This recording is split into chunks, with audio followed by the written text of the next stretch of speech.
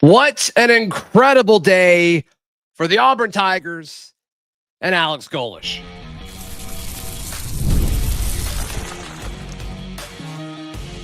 You are Locked On Auburn, your daily podcast on the Auburn Tigers. Part of the Locked On Podcast Network, your team every day. Merry Flipmas, everyone. Goodness gracious. Yes, welcome on into Locked On Auburn, your daily Auburn Tigers podcast. I'm your host, Zac Blackerby, and thank you so much for making Locked On Auburn your first listen every single day. So many wins to discuss as far as flipping the Wells brothers, flipping an Alabama commit, a longtime Alabama commit. Just overall success on the defensive front. Alex Golesh and this staff have hit the ground running and really organized a lot of stuff and not a lot of time. Let's start with Corey and Chris Wells, the Wells brothers flipping. Obviously, there was some talk about the importance of that, and we talked about Corey Wells months and months ago, and obviously a part of Texas's class for a long time, and this is a big part of what signing day was, or what it used to be, is you used to see all these flips.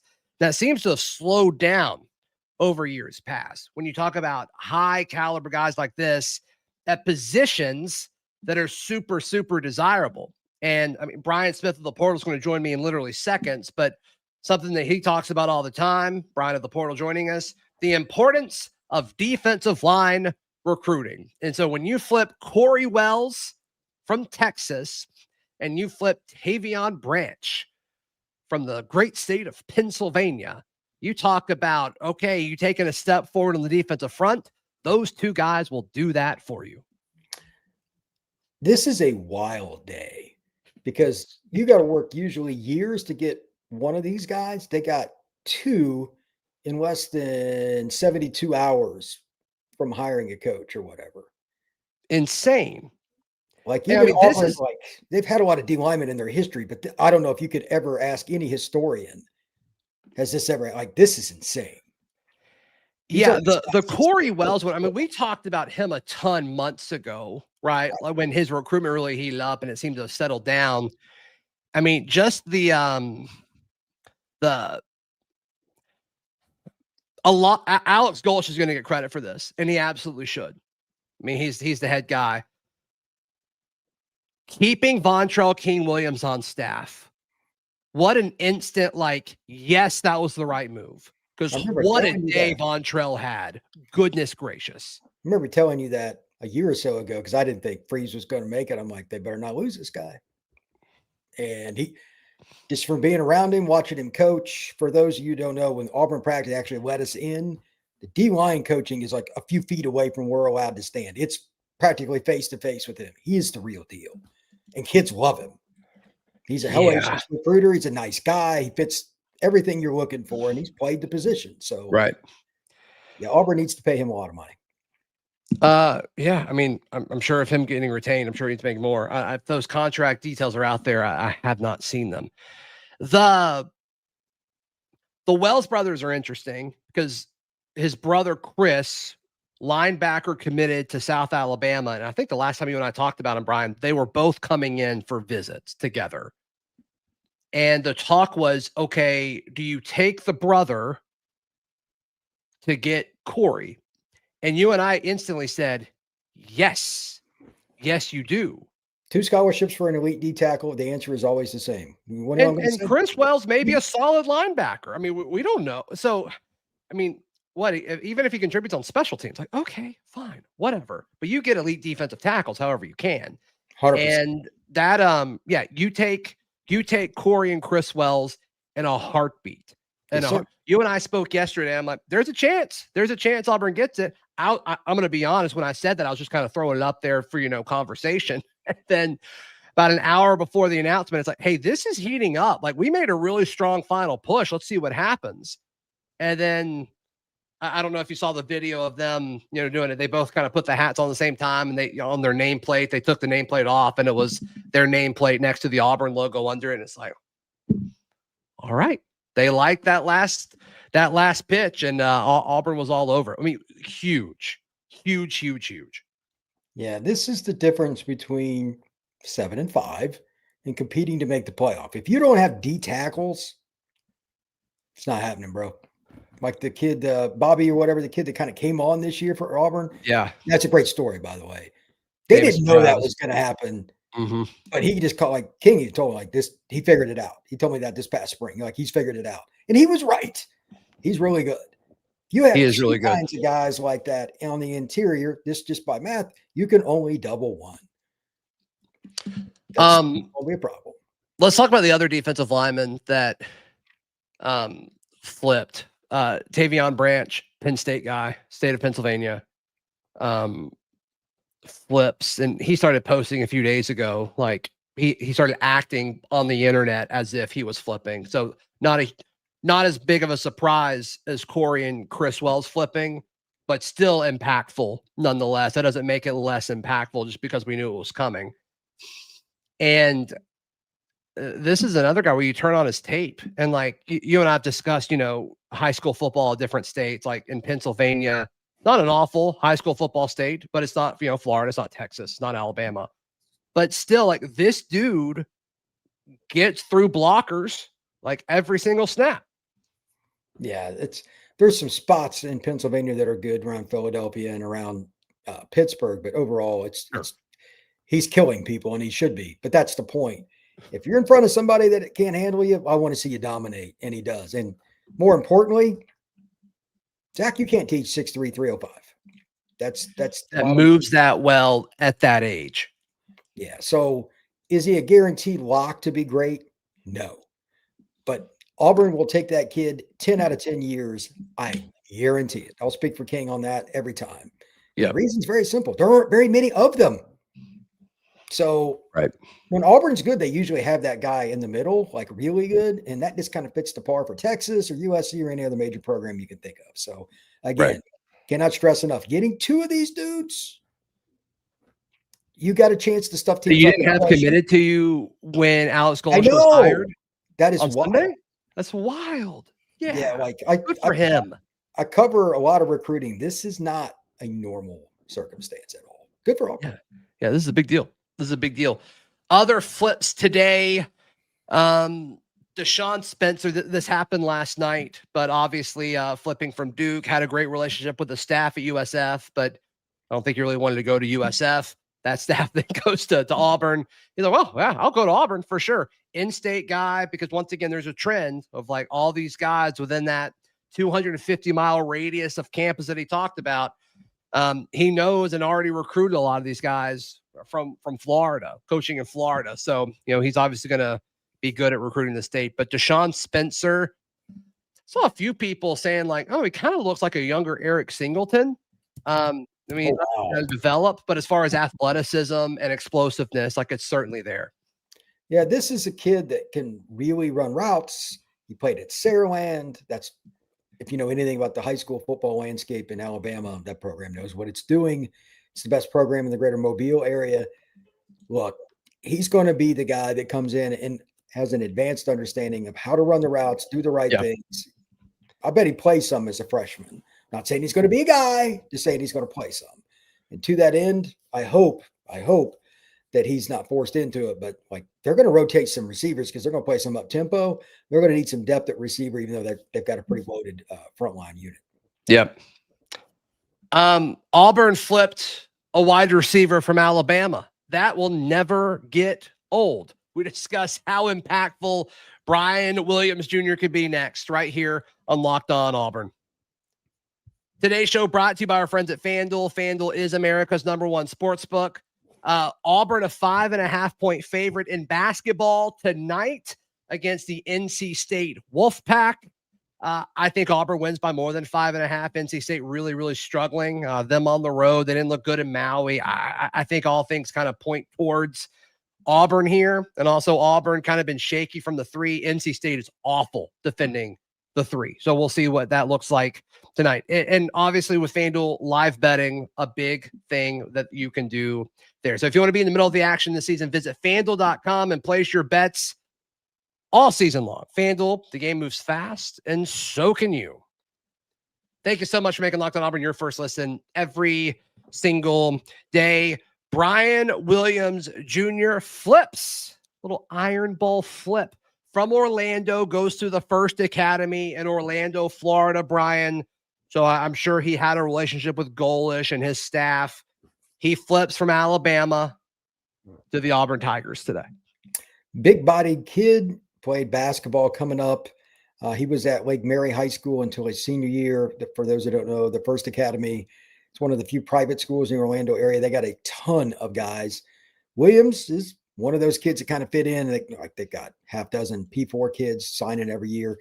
I'd imagine he's going to need a year, but he can play boundary or flanker, can really run, and he's kind of a slinky. Like, he's just very athletic. 6'4", 185.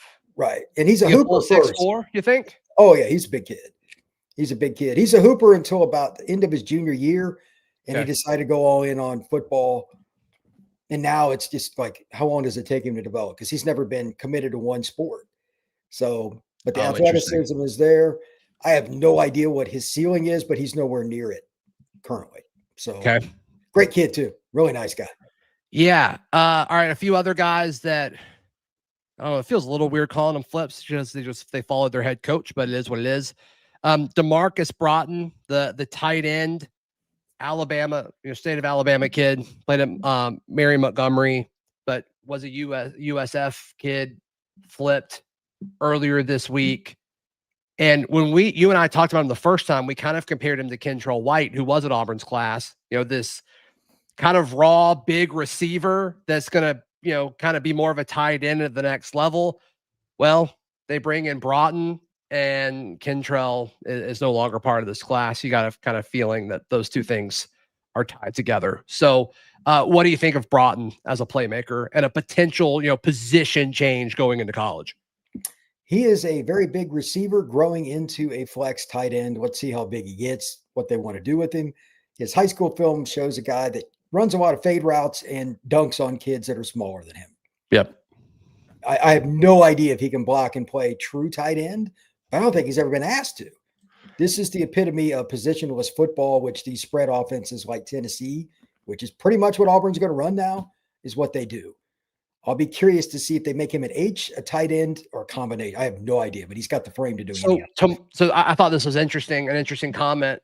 The tomorrow morning show is with Eric Kane, host of Locked On Vols, and we talk about, what Alex Golesh was like at Tennessee and all that. And he talked about how the tight end, like obviously quarterback's big, but a tight end is like the core of his offense, because he asked his tight ends to line up differently all over the field at H-back, receiving tight end, in line, all these things that you mentioned.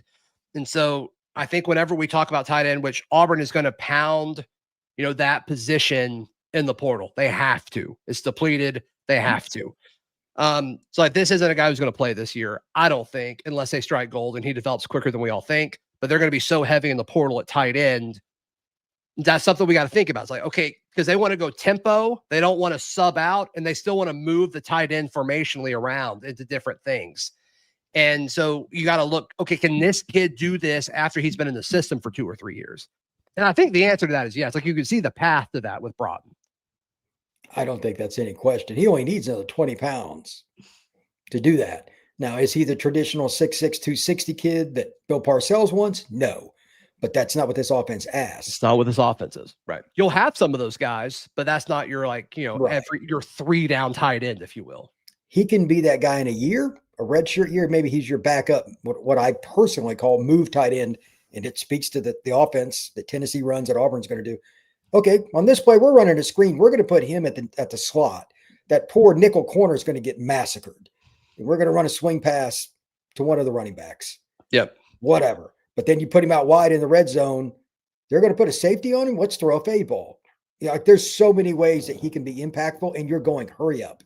It is annoying as a defense to deal with. It's really a pain. Yeah, so that's important. So that's DeMarcus Broughton from Mary Montgomery, in-state kid, was committed to USF, and he has flipped. He has flipped to Auburn. Rice Brush, the quarterback of this class, flipped. It was all expected. He flipped fairly early, but officially Yeah, officially Golesh's first quarterback that has been added to the Auburn roster in his tenure. So that's always kind of significant. He's got a big arm. He's not ranked very highly. His stats are good. His tape looks pretty solid to me, Brian. But as you've pointed out in the past, he's got a lot of dudes on that team. And so sometimes it almost just seems like he's throwing it up and guys are making plays. So curious to see what it looks like. Not the tallest. Size isn't ideal. 6'2", 180. He'd like him to be a little bit taller. This feels similar to when Hugh Freeze came here and he had Hank Brown committed to Liberty. And he's like, come on, I trust you already. Come on with me. It kind of feels a little similar, or is that being too lazy of a comparison, Brian? It's similar, but I think this kid's productivity, no offense to Hank. No, this guy, yeah, I get it. What was it? 37-2 junior year touchdowns. Like, it's insane. And he's playing care of the ball. Yep. So he's got an IQ that's a little different than most kids on the football field. As a junior, undefeated regular season and regional finals of Florida 6A playoffs, 137 of 219 passing, 62.5% for 2,500 yards, 37 touchdowns, 2 picks. That's gross. So if you're, I know that Florida 6A ball is elite. Yeah. So yeah, that's a lot of players. And he's playing in Tampa. He's not playing in some little hidden spot. Like that's high end. Yeah. So I would imagine that he's just been kind of overlooked because he plays at Armwood and they got a bunch of guys. So. Do you think, so you think he has a chance to eventually be a starter? 100%. Awesome. That's all I need to hear. Michael Lundy Foster, interior offensive lineman from Lawton Childs in Tallahassee. Mm-hmm. I'm going to be honest, I didn't know a whole lot about him, but he signed pretty early this morning. And I've watched a little bit of his tape. Looks like a guy who can run people over in the running game. I think he'll end up being a guard, being a power player. And This is, look, the offense that Tennessee's run, if you've watched 10 minutes of them, they run a couple of different versions of that up tempo when they get you tired and they pound you. This is the guy you run behind. Is he going to be the A+ pass protector? Maybe not. But he's kind of DeAndre Carter-ish in terms of like just he's a power player, whatever. I'm good with it. Mm-hmm. Is he going to play right away? Maybe not. But he's an athlete. He's a Tallahassee kid, which I trust. And he's a Florida guy. Like all these things fit because Golesh knows those programs. They should be in a pretty good spot there. Yep. All right. So a few things of note here. I don't think Wilson Zier has signed officially yet. Nobody seems to be concerned about it, but I do think that's NIL related. The assumption is that is going to be fine. You and I both think really highly of him. I think he's got an NFL future. Yeah, I think he's got he's got a lot of stuff that you look for. And hopefully I just have overlooked that and he has signed. And then Jace Matthews is announcing Friday afternoon. And so, obviously other schools are kind of coming hard at him. And so that'll be a battle that goes on until Friday at 2:00. I'm going to just give 3 letters that I'm concerned about. Would you like to take a guess what those 3 letters are? I'm assuming there's an L in there. I'm assuming there's an S in there. And I'm assuming there's a U in there. Yes. I'm very concerned about that. Yeah. Concerned about that because they're going to want a splash for Lane. A couple of the receivers for the Tigers decommitted. Now there's more openings. They're going to try to go all out for him. And I'm sure Ole Miss is too, because they want Pete Golding to get something. This is an I've actually heard more Ole Miss chatter about him than LSU. Wouldn't surprise me because they don't want Lane flipping a kid from Mississippi. Like it's all perception. Ole Miss, like, by the way, the 2027 LSU and Ole Miss game is much watch TV. Just throwing that out way in advance for a lot of reasons. But permanent opponents too. They'll play every year. That is a rivalry. They were already kind of like tier 2 rivalry, I guess. Now it's freaking like Auburn, Alabama in a lot of ways. Yeah. It's going to be so good. It's going to be so entertaining. But that one is important for Auburn because he fits the Golesh offense as well as any player in the country.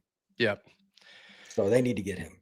And then, as far as like everything else, and I actually did a social media post about this earlier in the day, but something that's going to fly under the radar. Like I made the argument that Auburn just holding on and signing Jaquez Wilkes is going to be the most underrated moment of the day, just because like He was He's already so committed, good. so nobody talked about it. Right. Right. But like holding on to these guys, they did a great 100%. job holding on to everybody except for Womack. Right. And there was talk that, the announcement of Durkin would give them a shot, but he did end up, going with Mississippi State today, which is, whatever. But like holding on to guys like Wilkes and Tootle and, Adam Balagoon Ali, Wayne Henry's a guy that you and I both think is extremely underrated. Holding on to those guys, that's not the fun new topic, but I think you could argue it's the most important one. It's kind of like retaining Cam Coleman and your key players as you get ready for the portal. Yes. Adding players is exciting, but if you lose them, boy, it sucks.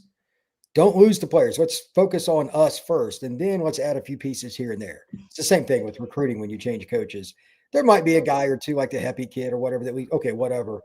Yeah. But overall, you want to keep your key pieces. You want to add the D tackles, obviously. Got a quarterback, etc. And then don't lose the freaky kid from that 1A school over there in Wadley, Alabama, the metropolis that it is. Guys like that, you can't lose them. So the upside is through the roof. By the way, for entertainment sakes, Wilkes, holy cow, he plays running back in high school. It's comical in 1A, and he's 2. How do you like? Yeah, it's like it's mean that you're asking kids in 1A to tackle it. That's crazy. Can you imagine being the parent in the stands? Yeah, it's like, hey, honey, you don't have to do that. You've got your whole life in front of you, or not. So I think all in all, though, like there's always concern. Sounds a little dramatic and a little dire, but it's always in the back of your mind of like, okay, Golesh is taking a big step here. He's never really done this before. He's been involved with staffs that have done this, but this is a quick turnaround. It's literally, you've been here 2 days. You probably have only talked to all these kids a few times. You don't really probably know everybody's name in the building. Like that's just part of it. It's a unique situation. And I think, outside of the Womack situation, like you pretty much were perfect.